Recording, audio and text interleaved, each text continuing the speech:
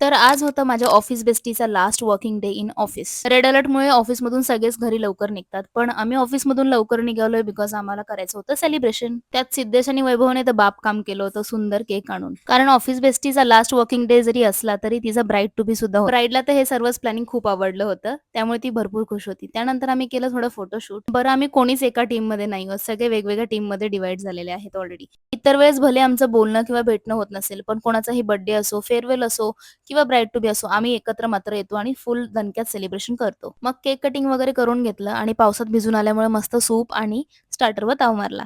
रेवतीसाठी आणलेलं गिफ्ट मात्र आम्ही सगळ्यांनी मिळून तिला दिलं.